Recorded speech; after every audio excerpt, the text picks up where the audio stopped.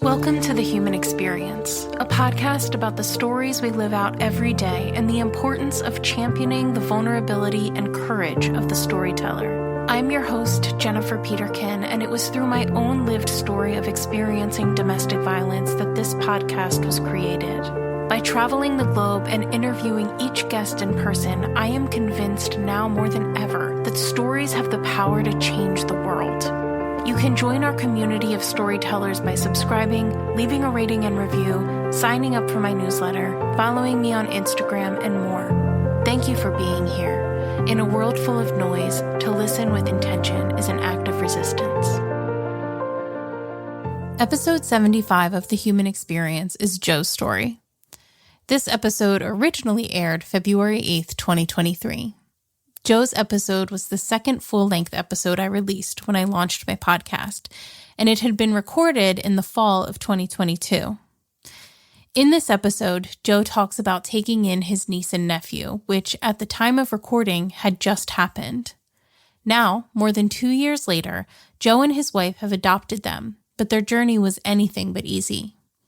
Take a listen or a re-listen to Joe's original episode, and tune in next week to hear an update episode from Joe. What's up? Nothing. Just trying to be gentle. You're fine. So, where do you want to start? The ancestry stuff? Yeah, but do you want to, talk about you, your family, growing up? Yeah, so didn't really know much of my mom's side of the family growing up. Mm-hmm. They're Kensington Irish. I was raised around my dad's side, which is South Philly Italian. That's really funny because I thought you were 100% Italian.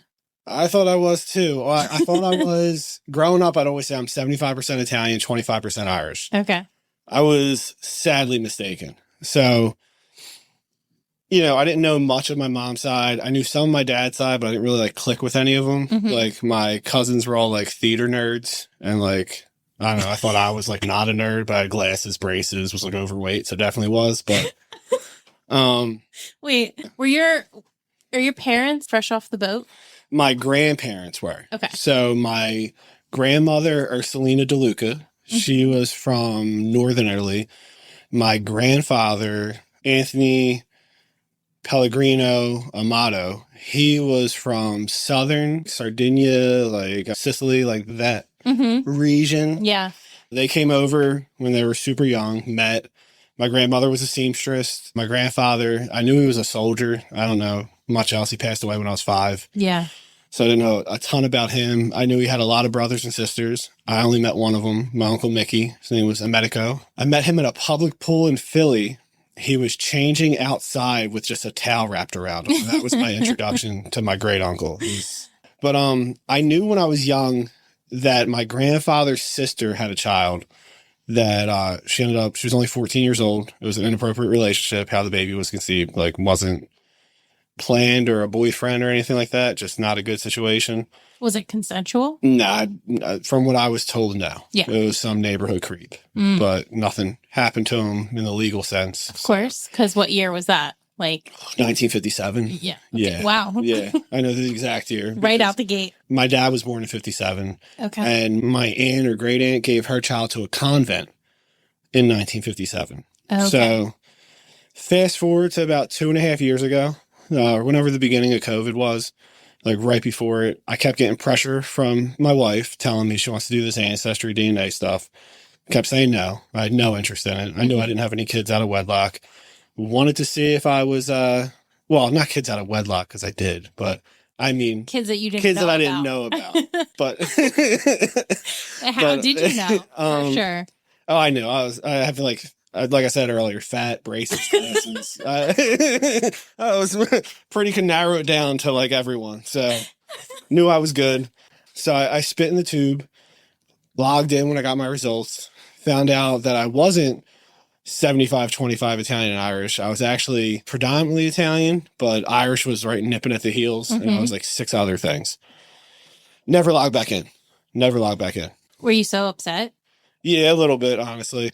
Growing up, you're told a certain thing the whole time. And then you get older and it's I wouldn't say Italian was part of my identity, but I used to wear velour suits to high school. So, I mean, pretty close. Well, what do you think that is? Because like that's such an American thing, right? To have so much of your identity in your ancestry like that. Because it's always divisive, even when you're young. Like everyone, I grew up in the city. It was a great mix of people, but you had the Greek neighborhood, the Irish neighborhood, the Italian neighborhood. There's still a mix of people, but it was predominantly one would gather in the neighborhood.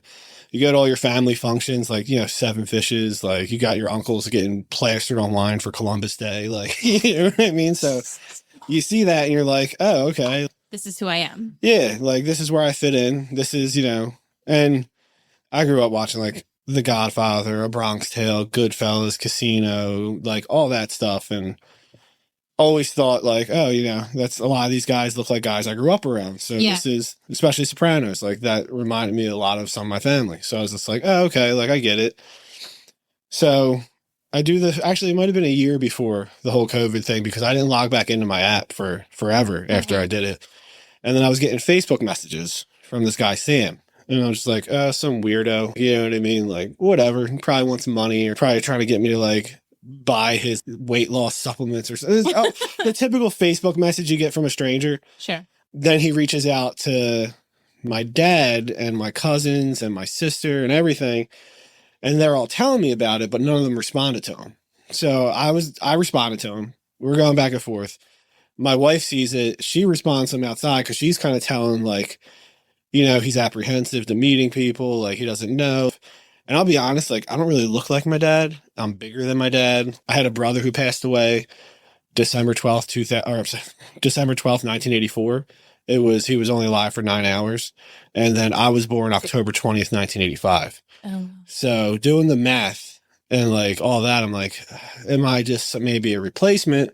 Because Pasquale Jr. died. And then I'm born 10 and a half months later. You know what I mean? So that was another reason I was kind of hesitant to do the ancestry thing. Because, like, if I found out my dad wasn't my dad, I really wouldn't give a shit. I would pursue my other family, just to get to know them. But anyway, so but it's a lot to know. It's a lot. It was like I didn't know. Like, okay, so I'm going to meet this guy. I'm going to some stranger's house. Like, I didn't want to bring my kids or my wife with me because I didn't know what I was walking into. He lived almost an hour away. Like, and then we got there. Right away, we clicked. We talked for hours, hung out at his house, found out his dad was born slightly around the same time as my dad. Their wedding photo, his mother and father's wedding photo, is identical to my parents. His dad and my father were the exact same tux, exact same color scheme, exact same color of the carpet in the photo as my dad's. It was really strange. And as we started going back and forth, we had so much in common, like love of martial arts, political stuff, like everything. Like I lined up with him and his family way more than my own sisters, my cousins who I've known my whole life. I'll tell you, in the last 2.5 years, I've hung out with my ancestry family more than I've seen any of my other relatives besides my direct, like, mom, dad, sisters. Yeah. There's no judgment. Conversation flows better. It's weird. Yeah, I told him because I grew up with 2 sisters. He grew up with 4 brothers. So he's one of 5 boys. And I fit right in with all of them. It seems like it felt like I finally like found my brothers. You know what I mean? Because you didn't have that at all growing up. I didn't. There was a couple older kids on my block. Like I said, I grew up in Philadelphia, like row home. So there's a few older kids that like I hung out with that like I could say mentored me, but not in a good way. Taught me all the wrong stuff. Put me down like a not great path, being a kid in the city and then being 3 to 4 years older than me. Like thinking back right now, if my son at 8 was like, hey, I'm going to go hang out with my 12-year-old friend, or I'd say no. Like, where if my son at 10's like, hey, I'm going to go ride bikes with my 14-year-old friend down the street. I'd be like, no, you're not. That's not right. He's too old, Yeah. But, yeah. But back then that wasn't Back then it wasn't weird and kind of like steel sharpened steel. Like it was good that I hung out with them, because it gave me a more advanced outlook on life, like a more mature outlook on things. Like I could see where kids my own age might fall victim to certain things or believe certain things. Like I didn't. Right. You know what I mean? When I was like 7, I was well aware there was no Santa Claus, Easter Bunny, probably even younger than that. Well, and it's not even that it was different. It's just that, like, we didn't even really know better back then. No, not at all. It was acceptable. Yeah. And the same things happened back then that happened today. We just didn't have Facebook reminding us about it every 5 minutes. Yeah. Exactly. Yeah. The crazy thing about Ancestry.com and all this was, at the same time I did Ancestry, my mom did 23andMe. She found nothing. Nobody. There was like a few cousins. I still, if I log in right now, I probably have some random message from like a fifth cousin who lives in like New York or something. I just don't respond to them. I'm all set on my new family now. Like, there's not enough hours in a day for any more family. I honestly think it's so funny because I've done Ancestry. And I mean, I have people on there that are distant cousins that I've never met. I've never messaged any of them. And none of them have ever messaged me. Like, that hasn't been a thing. Sam's personality, if he probably found like a fifth or sixth cousin, he probably messaged them. Just because he would always say, we family, like all the time, like no matter what. And even recently, with everything going on with me taking custody of my niece and nephew, and they had to be relocated for like a week while things, fizzled out, were looked into and all before they could live with us. He stepped right up. No questions asked. I didn't even think to call my sisters, my parents, my aunts, uncles, no one. I called him right away. Yeah. He drove all the way from Sellersville to Chop in Philadelphia and picked them up, welcomed them into his home for 8 days, fed them, took them places. Yeah. Yeah. Like, he's just a great person. Now, with my mom doing the 23andMe, eventually she decided she wanted to do Ancestry.com. And this is where what I was worried about would happen with me happened to my mom. My mom sent me a screenshot after she got her results back saying that there was a 100% match for either a brother, grandchild, or just strict DNA match. And it turned out that it was my mom's brother. So my actual paternal grandfather passed away about 4 years ago, but I never knew him. Your paternal or maternal? Which one? Maternal. Okay. Right? My mom's dad. Yeah. So who I believe was my grandfather, I never met him because he was an abusive alcoholic piece of shit. So he would beat my grandmother. Not a good person. Back in the early to mid 60s, they broke up. My grandmother started dating someone who owned a shop around the corner. Apparently not much better of a guy. I guess in the neighborhood she lived in, it was slim pickings. She lives in Kensington, Port Richmond area. And so after they dated for a few months, my grandfather, Mickey, came back into the picture. So they broke it off and my grandma was pregnant. So she gave birth to my mom. My mom, Mickey, and my grandma all assumed that my mom was Mickey's child. Up until she was young, she was going to visit with him, for the weekend, to spend the summer, all that. He still wasn't a good person. Abusive, verbally, physically, My grandfather, who I've always known as my grandpa, James McKenzie, that's the guy who was, the guy who I always call grandpa. Like, he filled in, like, wasn't perfect either, whatever. My mom, turns out she has 3 brothers and a father who she found through Ancestry. Her 3 brothers are all younger than her, but all good people. Like, one owns a venue out in Bensalem called The Fuge. He has a restaurant too. And my other one's special ops, works with like NASA and Space Force right now. He's always all over the place. And my other uncle is a colonel in the Army, I think. And it's such a small world. He was living on the same base as my sister and her husband at the time in Georgia. When my mom found him, he was living like 10 minutes from my sister. Wow. Yeah. So Ancestry opened a lot up. I've got to meet my mom's side of the family too. They're all cool people. So like growing up, you had a close family. I had...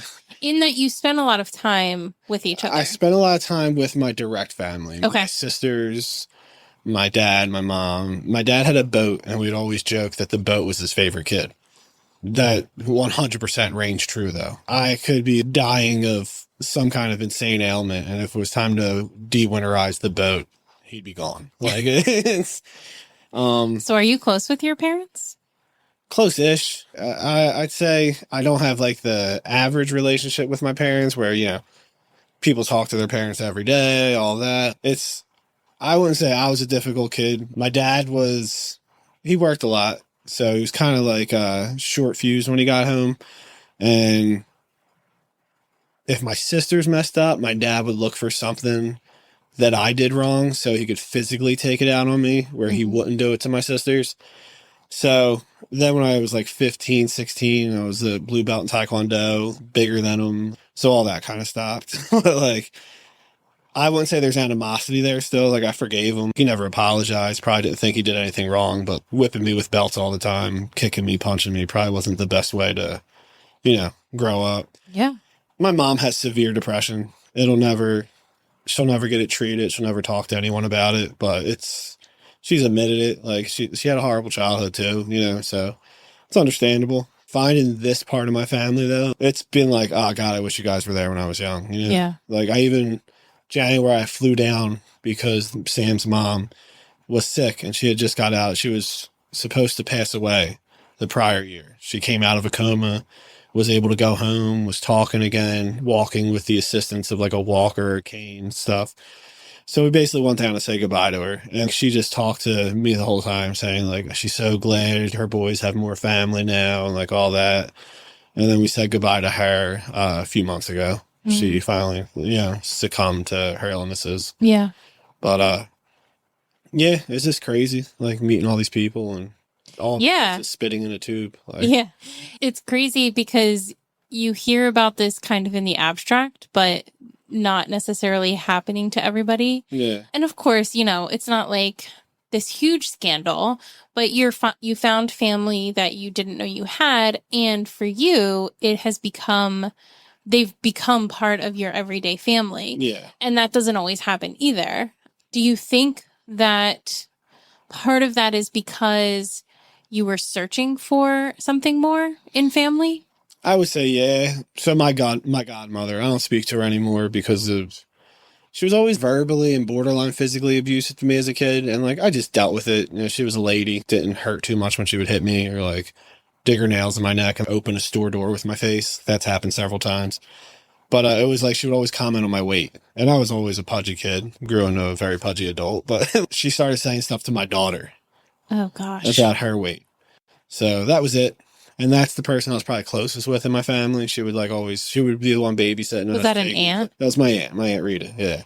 On which side? My dad's sister. Okay. Yeah. So she loved me. Like, she always referred to me as like I'd be her son because she doesn't have any kids and stuff like that. But it's kind of like breaking the chain of abuse. And I don't see that. Like, Sam and his family are always just so nice to me and my kids.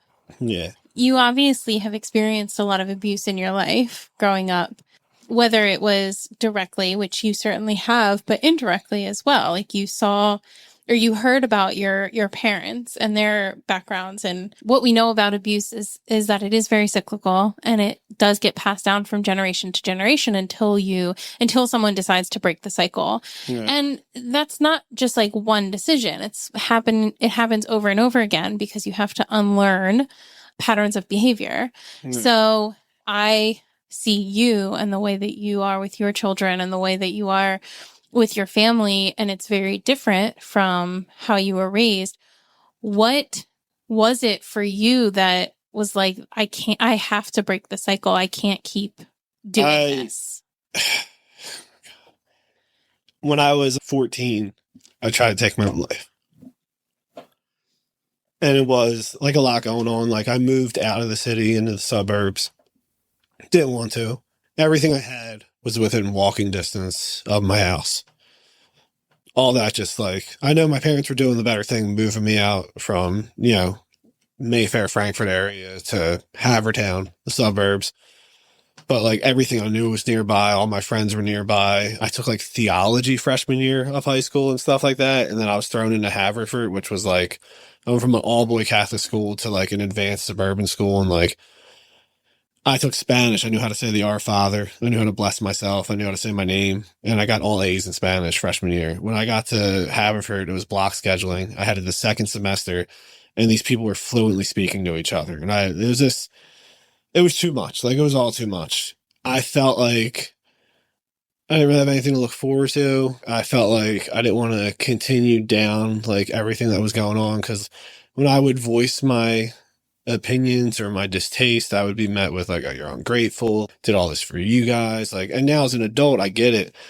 But at the time, I was just in such a dark place. I'm not going to get into details, but when like I came through everything, I don't ever want to make anyone feel like that like ever. I had to break that. I didn't want anyone else getting to that low of a point in their life because of me. Yeah. You know what I mean? Yeah, I just had to stop it. I've also adapted that in other things. Like if I see someone picking on someone who's like smaller than them, weaker, or maybe someone who just doesn't have like a strong enough voice to stick up for themselves, I will 100% intervene at whatever cost it is. You know what I mean? Which is what I'm doing, what I decided to do right now with my niece and nephew. They were going to go into Philly foster care, and I just, because they were victims of physical abuse, 100%, neglect and all that. And I just don't like, I never wanted to feel powerless, which is probably why I get up at 5 a.m. and lift weights 5 days a week. But like, I didn't want anyone else to feel powerless or feel that like I wouldn't protect them if given the opportunity. Yeah. So that's when I just ended it all. None of my kids will ever be disciplined in the way I was. Yeah. You know what I mean? Like, I know I didn't answer the question probably totally. No. That was great. It's an incredible thing to move from, having that experience and making that decision and then actually being able to follow through with that. It really is incredible because patterns of behavior that we learn, especially when we're young, they're very easy to fall into and fall back into. And it takes a lot of work to decide to do something differently. Do you think that the people that raised you, I mean, obviously your parents, but the people you were around when you were younger and even their elders, their parents and stuff, do you think they would have described that behavior as abusive? I don't know, because my grandma on my mom's side was like, she shot somebody before. She was pretty hardcore. Well, I know. A guy was trying to break into the house and she shot him in the back and in the ass while he was running away. Wow. Yeah. I think she paralyzed him, if I remember correctly. So I guess they wouldn't. My grandma would say stuff all the time to me, like my dad's mom. She watched me when I was a kid. She passed away when I was 10, the day before Christmas Eve. She would say stuff. She would say stuff to my aunt, too, the one I told you that would say stuff to me all the time. Yeah. Yeah, she would. Well, and that's what it is, right? Like, so your aunt got it from her mom, who then passed it on to you. Yeah. And not that that's in any way excusable, but we see the patterns through generations. Yeah. And a lot of times I think what's so interesting is, especially when we go back, it's like whatever we were talking earlier about what's socially and culturally acceptable. Yeah. So back then it wasn't abusive to talk to and treat your kids like that necessarily.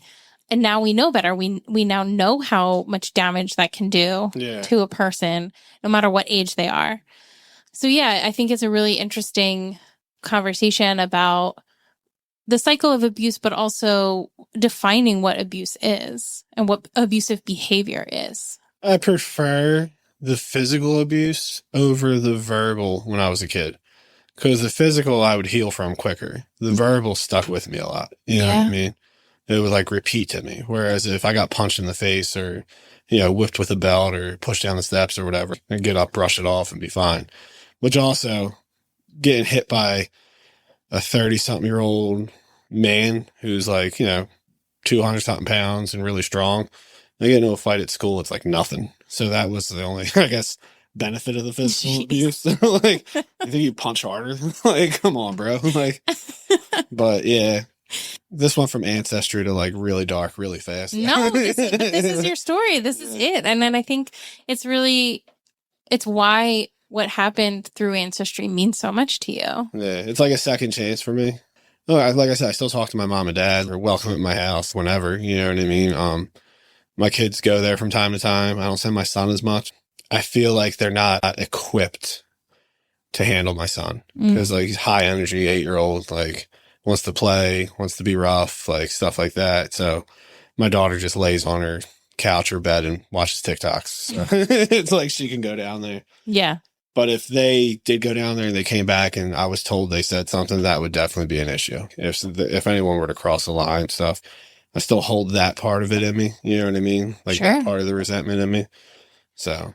And I think that's fair. I also think it's awesome that you said out loud the fact that the psychological and verbal abuse was a lot harder to deal with than the physical abuse because we're still not fully understanding that. Yeah. that, of course, physical abuse is not acceptable and is never okay, but it doesn't touch the damage that psychological abuse does. Yeah, without a doubt. You can recover from a busted lip or like a bruised rib or whatever. It's the stuff that you're called that makes you feel like lower than dirt that sticks with you. Yeah. The removal of your dignity. Yeah, basically. Sure. There was one time my dad, I don't know, maybe I was 7, trying to make me wear a diaper because he said I was a baby. Yeah, outside of the house. Yeah. And I remember I went and got a baseball bat and was going to hit him with it. And like, that was the whole thing. Like, but yeah, all stuff I wouldn't carry on, my kids. Sure. And it, you know what I mean? Yeah. How's your relationship with your sisters? All right. My little sister, it's typical little sister. She reaches out to me. I really reach out to her. She's married to an Army Ranger, so she moves a lot. So that kind of sucks. If she called me at like 2 a.m. and said she needed me, like I would be in upstate New York within the 5 hours or probably less it takes to get there. Yeah. My older sister, we get along. Like we do talk. We are two opposite ends of everything. So, but I talk to her like with everything going on right now with trying to get full custody of my niece and nephew and switch their schools and all. My sister's really high up in that school district. So like we've reached out to her, just for like advice and different things. And so you have taken from your wife's side of your family, your niece and nephew into your house. Yes. And you are currently trying to get custody of them. Full custody, yes. Because they have been in an abusive and neglectful household. Oh my God, yeah. So what is it? I mean, this kind of, I think, is a redundant question, but why? Why bother? Why go through all of this? Because no one deserves to go through that. They didn't pick their parents. You know what I mean? Believe it or not, 7 years ago, I was still working at a body shop right outside of Southwest Philly. And I know people say this all the time, but I got like a feeling that something wasn't right. And I kept getting the feeling. And it was like a solid 10 minutes, like in the pit of my stomach. And I tried calling my wife and she wasn't answering. So something told me, drive by the house. They live in Southwest Philly, a couple minutes from where the shop was. I drive by and my wife is banging on the door. I had no idea she was supposed to be at work in Bala Cynwyd at the time. I got out. You could see through the smashed window of this house. Same window still smashed to this day, 7, 8 years later. My wife's mother passed out on the recliner, and off to her left was the baby, who's now 8, laying on the couch with nothing around her. Nothing at all to hold her in place. She was just sleeping. There's nobody else in the house. We got the mom to wake up. She opened the door. We looked in the house. There's open pill bottles just sitting out, garbage everywhere, reeks of cigarettes, and honestly, like human shit. Really bad situation. We called CYS, called the police. Because it's Southwest Philly, I waited about an hour and a half. No cops ever showed up. They finally showed up 8 hours later with a caseworker. At that point, the mom had come out of her heroin coma. The parents were back in the house. Like, basically, they do meth to come out of their downers. So they're basically saying, we just wanted the kids. The part of the ceiling's missing at that time. There's no food in the fridge. But Philly police made the decision that if there was 4 adults in the house, the kids were fine. Fast forward, my wife's mother says she's getting sober last year. Calls us, I'm doing great. Because of COVID, though, there's no beds left at the shelter. So I'm either going to have to go to this place in Chester, or I'm going to have to go back into the crack house where the kids are, or where my wife's brother and his girlfriend are, and her stepdad. And so my wife's crying. I was like, tell your mom she can come stay with us. So for like the first 4 or 5 months, I was driving her to the clinic whenever the weather was bad down in Philly so she can get her stuff, buying her food, buying her clothes, everything she needed. She started smoking cigarettes in my basement bathroom, which I freaked out about. And then she started bringing the kids over, though. And I noticed the boy would go to the bathroom about 10 times an hour. Both his eyes would roll into his head a lot. He'd always complain about his stomach hurting. They're really shy, really timid, scared. Finally, we end up kicking her mom out because she clearly relapsed and didn't want her around my family anymore. I brought all her stuff back down to the house in Southwest Philly. So I saw the kids again didn't look like the greatest. Like at this point, there's aluminum foil over the windows because they're all smashed. I can see part of the roof's gone. Like, so just they're living in complete and utter, shambles. Fast forward now, September 6th. I didn't get home till like 6:45. I get home, my wife's outside crying on the phone with pen and paper. Right away, I thought it was my daughter did something at school and we were getting a call from school and it was whatever. It's a caseworker. They finally got their way into the house due to truancy. They missed 105 days of school. Oh my gosh. During COVID, they didn't go at all virtually. They never signed in. So they're there, which the whole CYS thing, it's crazy because going to that house for truancy, you can tell it's a crack house. Just being outside of it. It's just clearly a crack house. Like, they got the cops in there. I saw pictures from inside the house. Both of the children were sharing a bed with their grandparents, a full-size mattress that had feces, blood, and urine stains all over it. I'm now told that the dog used to get sick laying in the bed and the grandpa would just shake the sheet off and put it back on. Yeah, so these kids were sleeping there. There was no running water in the house, no gas, no stove, no toaster oven, no microwave, no refrigerator. There was a mini fridge in the middle of the living room that had nothing in it. The boy now has no teeth because he has a few teeth in the back of his mouth because he was given Pepsi and chocolate milk his whole life. No, they haven't seen a doctor since 2018. These are all the things we're finding out.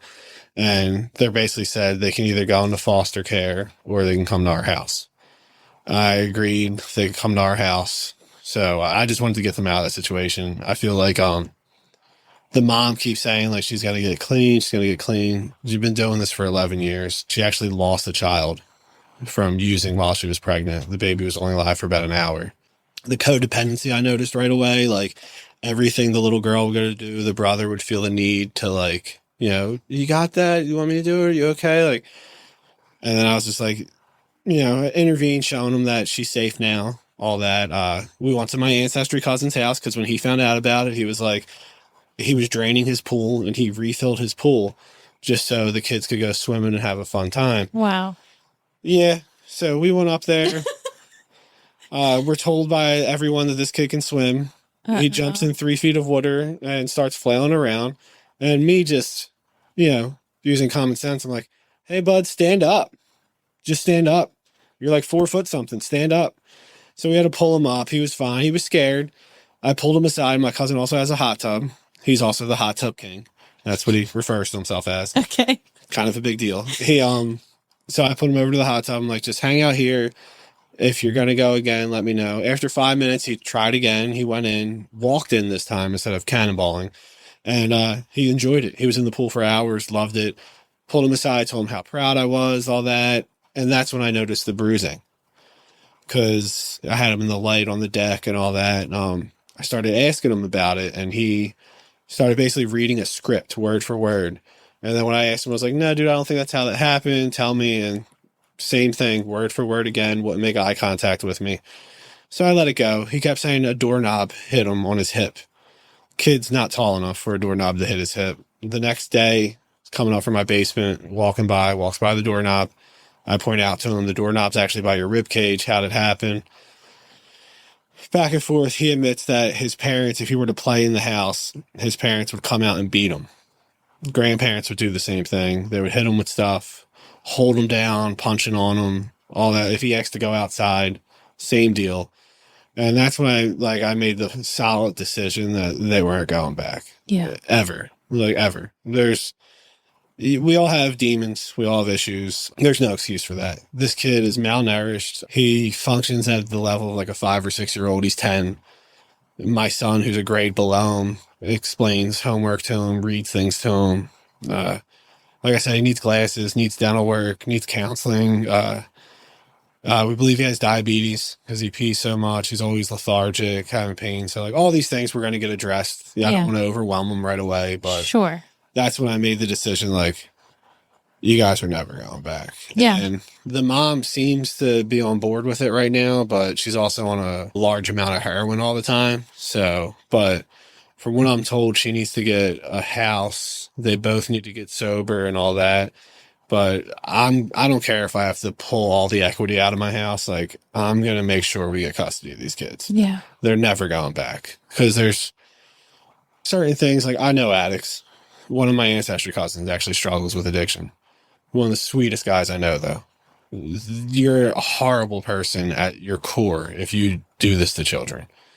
And yeah, so basically everything they have now, like they had Alfredo sauce for the first time. They had a pretzel dog for the first time, an ice cream sandwich for the first time. Just all these simple things, like him having his own Sonic bedspread on the bed I bought him. He acted like he went outside and I had a brand new Xbox with a projector screen and all this stuff for him. It was like the coolest thing ever. Like, yeah. So that's kind of made it easier for me to decide, like, there's no way you're going back. So it's been 23 days. The parents have made no attempt to get sober. The father hasn't even reached out at all. So, yeah. I mean, that is a whole other conversation too. But you have this thread of family that runs through your life. You know, you've had your share of adversity, and not just in your family, but, you know, with your wife's family and just all of that comes into marrying into a family and, you know, your extended family and whatever. You've had your share of adversity, but through it all, family is still a touchstone for you, and it still means something to you. Yeah. And you are that lighthouse for people that when they need you, you're there. Like, you are the constant. You are the person that everybody can count on. It's tiring. So a couple things there. What does my addiction of energy drinks? Well, God, yes. Everybody, if you hear about Joe dying from a heart attack, it's Susie 4. Yeah. What is that like to be the person that is just like constantly on? You're constantly the one that has to be dependable. And have you always felt like that? Yeah, I like, so like I said before, I grew up in row homes in Philly. There's like a pretty large age gap between me and the guys I would hang out with. So there was a lot of girls on my street, and there were a lot around my age. And I was the 6200 block. The 6100 block had a lot of like boys our age, but for some reason it was like a turf war between their block and our block. So I would pick up for the girls all the time when they were being bullied or mistreated as a kid. And that's what made me start doing martial arts, because I figured when I was young, if I'm going to keep doing this, I need to know how to defend myself. And I always wanted someone to be that for me. Mm. And there wasn't many people. I could think of one person when I was a kid, and he had a really rough life. Like, his parents weren't really around. His aunt and uncle were raising him. He lived one house down from me, and like, he was always there for me. And him doing that for me made me be like, I'm going to be that for anyone who I can be. And him, like, for example, I go to walk to the corner store, and there was this one kid, he's about 5 years older than me. And it was my birthday, and he grabbed me and was like, what'd you get for your birthday? Like, money? And like, out of nowhere, the guy's name, we call him Anthony, just rocked the shit out of this guy and threw him on the hood of a car and started choking him. And to me, that was like the coolest thing ever. He was overly violent for the situation, but like, and then I never wanted anyone to feel less than. These kids did nothing wrong. Like, the kids, my niece and nephew, they did nothing wrong. They don't deserve this. My wife left the house when she was 12 because her mom stabbed her with a corkscrew. Like, but she suffered with addiction. She was in an abusive relationship with my wife's father. So when she tried to get sober, I made sure I did everything I could to help her get as many days as she could. Yeah. And it's just, old habits die hard, you know? Yeah. We know it's more than just a compulsion. It's an actual disease, and there's understanding there, but that doesn't make the ripple effect that it has okay. Yeah. And there was something said to me when I was young, which was, I was never been very religious. I went to Catholic school, kindergarten, 9th grade, that the devil's work is done by idle hands. Mm. Like, and I've always just tried to keep busy. God, I know. Yeah, it's nonstop. Like, just keep going. You know what I mean? Also, it's like the shark mentality. I stop moving, I'm going to die. Mm. You know what I mean? I stop moving, the C4 is going to wear off. It's going to crap out. But I dropped my phone for the third time. So, I know, I heard it. I know you. We're friends. So, I know all of this already and I know about your life. And I've seen you show up time and again, not just for your family, but for pretty much anybody that needs anything. And so you are always that person, and it's not just family, but you kind of treat people like that. Where does that come from? My childhood, I guess. Like I said, wanting someone to be that person for me. Also, Bob, you remember Bob? He would reach out to me a lot, and I'd always talk to him. And he was a very, not to speak ill of the dead, a very strange guy, like the things he would talk about and all that. When he passed away, he had left me a voicemail the day before. And, as you know, he went and took his own life the next day. His girlfriend reached out to me and said that if I just would have hung out with him more or been there for him more, he probably wouldn't have done this. And that just kind of reinforced the fact that, like, no matter what I have going on, as long as it's at no cost to my direct family, I need to be there for as many people as possible. Because if one interaction could stop someone or make a positive impact. A couple years ago, I went to Wawa, and the cashier calls me by my first name, and I'm just like, okay. Like, I look to see if I had, like, my badge hanging out or something. And he's like, you don't remember me, do you? And I honestly didn't remember him, because when I knew him, he was a little goth kid with, like, painted nails, black hair, and, like, all that. So apparently he and I walked home from school the same way. And one day someone was beating him up, like mistreating him, a guy a lot bigger than him. And I just went up, intervened, and the guy's like, who are you, his brother? And I was like, yeah, I am. You got a problem? And, like, took up for him. He basically said that day, or that time, was like a really dark time for him. And me doing that changed everything. That kid used to torture him from the time they were in middle school together to starting high school. And me just doing that stopped him completely. Yeah. And he, like, thanked me and all that. I remember doing it. I had no idea his name, who he was, or anything. And, like, him saying that, like, changed him. Also kind of reassured, like, I gotta stay this path, because, like, where, like, other people maybe can't speak up or are afraid to speak up, I'm not afraid. I'll speak up. I'll say whatever I want. You beat me up. Yeah. You can try. And if you do, I'm just going to come back angry with more intent. But yeah. I mean, I think that's really powerful it's just a really powerful sentiment. And I do think it's true.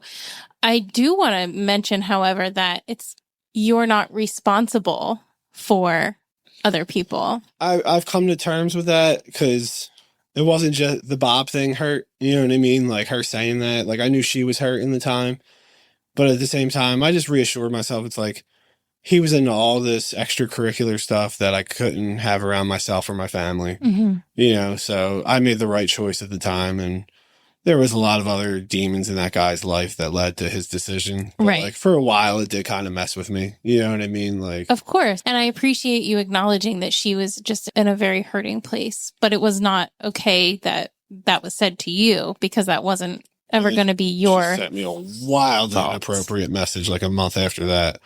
Well, that wasn't about, like, blaming me for stuff. I guess she was, like, lonely or whatever. Oh, no. Why not? Yeah. Okay. Blocked. Well, yeah. Good. Yeah. I'm glad to hear it. Yeah, I think there's something to be said for the person that is just aware enough to know that the small things matter, and showing up for people matters more than anything else. Yeah. Do you feel like you have that in your life now? Yeah, I do. Like, your brother, for example, when my engine seized in my car, he showed up, brought me some Five Guys, he offered to bring me to his house and all that. Like, you've been there for me. Yeah, my wife, my best friend, Bob, he's not the Bob that we were just talking about, different Bob. He's there for me a lot. My cousins, like, when all this was going on, my cousin Sam probably called me like 20 times a day, to the point where I was like, what now, dude? Like, no, I'm not. Alone. I'm not any better than I was 20 minutes ago. All right. Like, but yeah, it was, I feel like I've gained, like, almost a second family. Well, I think that's awesome. So there's a question that I ask everybody. What does compassion mean to you through the lens of your experience? What is compassion? At a certain point in my life, I would say compassion is just weakness. But, like, as I've grown older, I realized compassion is putting others above yourself, putting others in not just seeing things as black and white, being able to explore the gray area. For example, like with my niece and nephew's parents, yeah, they're pieces of shit. They've done wrong to these kids their whole life. But the other side of me is like, the mom, her dad was taken from her when she was a baby. Her mom was in addiction her whole life. You know, the father, both his parents were in active addiction. His older brother's a total piece of shit. You know, he just didn't have people there for him. So that's where the compassion kicks in for me, where I feel for people. Like, I feel for, you could be wrong, you could be doing the worst thing, but I understand sometimes why. Mm-hmm. Like, I understand why they can't love their kids the way they're supposed to, because they were never loved, you know? And it's like, where I feel I didn't get a lot of that as a kid, instead of pushing that onto mine, I'm like over loving to them, where the point where they tell me to leave them alone a lot. Like, it's, yeah. But compassion is understanding when you don't need to understand. Mm. You know what I mean? Like, most people would write people off, but like, you got to look deeper. You know what I mean? Everyone has their own cross they bear every day. You don't know what that person's going through. You don't know why that person is the way they are. Some people might see a junkie, but that could be someone who's been abused their whole life and just needed the pain to stop, you know? So I guess that's what compassion. Actually, Webster's dictionary defines compassion. Stop it. That was a fabulous answer. Yeah, thank you. Yeah. Thank you. And just because we've been talking about it so much, what does family mean to you? What is family? Family's not blood, in my opinion. Family's the people that are there for you when you need them. Family's the people that get you for you and don't expect anything out of you. My cousin Sam always says I'm ride or die, which means whatever he needs, I'm usually there. Like moving a hot tub off the side of a mountain at 9:00 at night, just making dinner because he actually had a job, or he's coaching 20 minutes away. So I make a meal and invite them into my house and all that. Family's just people that you want to be around. People that, I don't know, people that make you feel like you don't have to be on edge. People you could just be yourself around. People that are there. Basically, people that are there for you consistently. Yeah. Like, blood doesn't make you family. Actions make you family. You know, love makes you family. That's family. Yeah. Yeah. I love it. Yep. And to quote Vin Diesel, all you need is family. I mean, I think we have to end there because there's nothing more to say. Thank you for listening to The Human Experience. If you enjoyed this episode and you'd like to help support the podcast, please subscribe, share it with your friends and family, share it on social media, and rate and review it on Apple Podcasts and Spotify. You can also support the podcast financially by going to my website, thehxpod.com, linked in the show notes, and clicking on Donate. It takes a lot of time and resources to create this podcast, so every little bit helps. Everyone has a story, and I'd love to hear yours. So be sure to check out the show notes for more information about how to stay in touch. Do good and love well.